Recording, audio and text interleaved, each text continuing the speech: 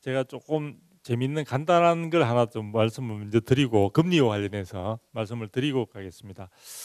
지금 금리가 지금 이제 많이 올랐다. 언제까지 오를 것이냐 이 얘기만 좀 이야기를 하고 있는 중인데 현재 지금 아마 2월 22일자로 보게 되면요. 시중에 5대 은행의 주택담보대출의 대출 금리가 평균적으로 지금 6.42%예요.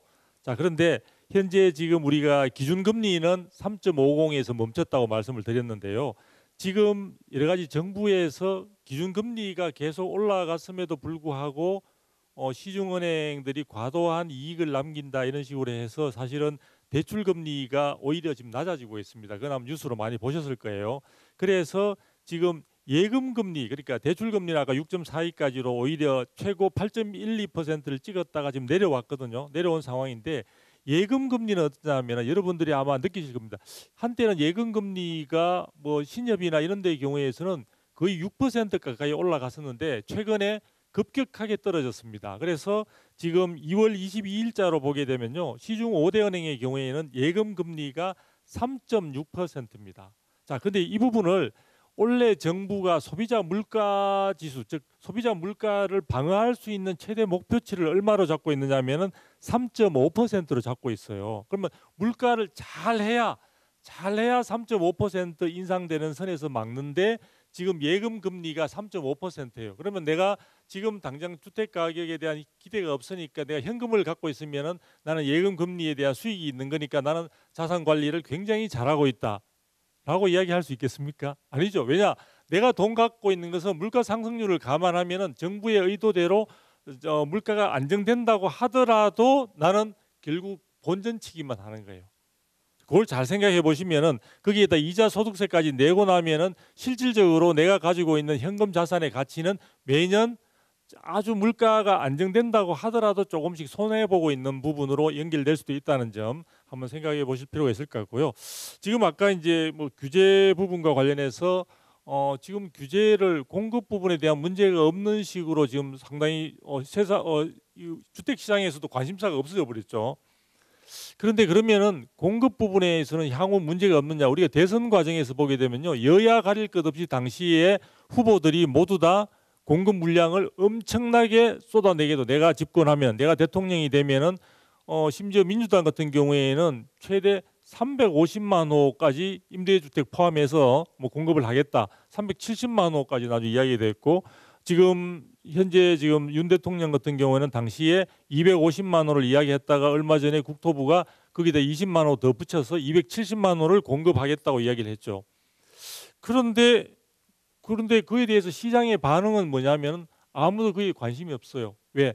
지금은 늘린 게 집값 저렴한 집값들이 늘려 있는 상황에서 오히려 수요 심리가 굉장히 위축되면서 수요가 아주 물밑으로 많이 들어가 버렸기 때문에 공급이 향후에 어떻게 될 것인가는 미래의 부분에 대한 생각은 하지 않고 당장에 보면은 당장에 꺼야 되는 불은 아닌 것이다라고 인식을 하고 있는 것 같습니다. 그런데 제가 생각하기에는 지금 규제를 일단 공급 부분은 저는 시장이 정상화되는 쪽으로 해서 수요 심리가 살아나게 되면은 현재 양극화되어 있는 상황에서 전국에 있어서 공급이 부족해지거나 하지는 않을 것 같고요. 서울 등 일부 지역의 경우에는 분명히 공급이 부족한 현상들이 굉장히 심각한 사회적 문제로 저는 등장할 것으로 보고 있고 지방 같은 경우 지금 뭐 대구라든지 울산이라든지 이런 쪽의 경우에는 향후에 2, 3년간에 있어서 이 수급 상황의 균형을 맞추기 위해서는 굉장히 힘든 과정을 거쳐야 되지 않을까. 그래서 전국이 같은 방향으로 가는 것이 아니라 양극화 속에서 각각의 지역마다 다른 어떤 상황들을 경험하게 될 것이다. 이렇게 저는 보고 있습니다. 그 다음에 규제 부분을 굳이 지금 부분에 있어서 가격도 떨어지고 있는데 풀어야 돼라는 이야기를 많이 하세요. 근데 저는 이전 정부에서 투기 수요를 억제시키거나 잡는다는 명분으로 해서 굉장히 부동산 시장에 과다한 규제를 신설하거나 강화했습니다. 그리고 그 부분들은 지금 정부가 바뀐 가운데서도 그러면 규제가 대부분 다 완화되느냐? 그렇지 않습니다. 1.3 대책 등을 통해서 많은 부분을 완화하려고 현재 윤석열 정부가 노력을 했지만 입법부가 지금 야당에서 장악을 하고 있는 상황이다 보니까 법을 고쳐서 할 수 있는 부분들은 여전히 전혀 바뀌어지지 않은 상황이고요. 또 정책을 협의하는 과정에서 야당의 요구들이 상당히 현재 윤석열 정부의 의사와는 좀 반대되는 의견들이 많았기 때문에 그런 부분들로 인해서 예를 들면 종부세 같은 경우에 있어서도 세율이라든지 어떤 그 기본적인 공제 상한이라든지 이런 부분들도 많이 수정됨으로 인해서 사실 지금 정부가 하고자 하는 그런 부분과는 조금 거리가 있는 것 같은 그런 상황으로 돼 있죠. 그러면 향후에 있어서는 그런 부분들이 우리가 생각하는 그 규제를 완화해야 되는 이유 자체는 뭐냐면요. 저는 시장의 정상화를 위해서 불가피하다고 보는 겁니다. 그러니까 우리가 지금 미국에 있어서도 금리 인상이 되고 미국의 경우에도 지금 주택 가격은 굉장히 약세입니다. 그럼에도 불구하고 많은 사람들은 걱정하지 않습니다.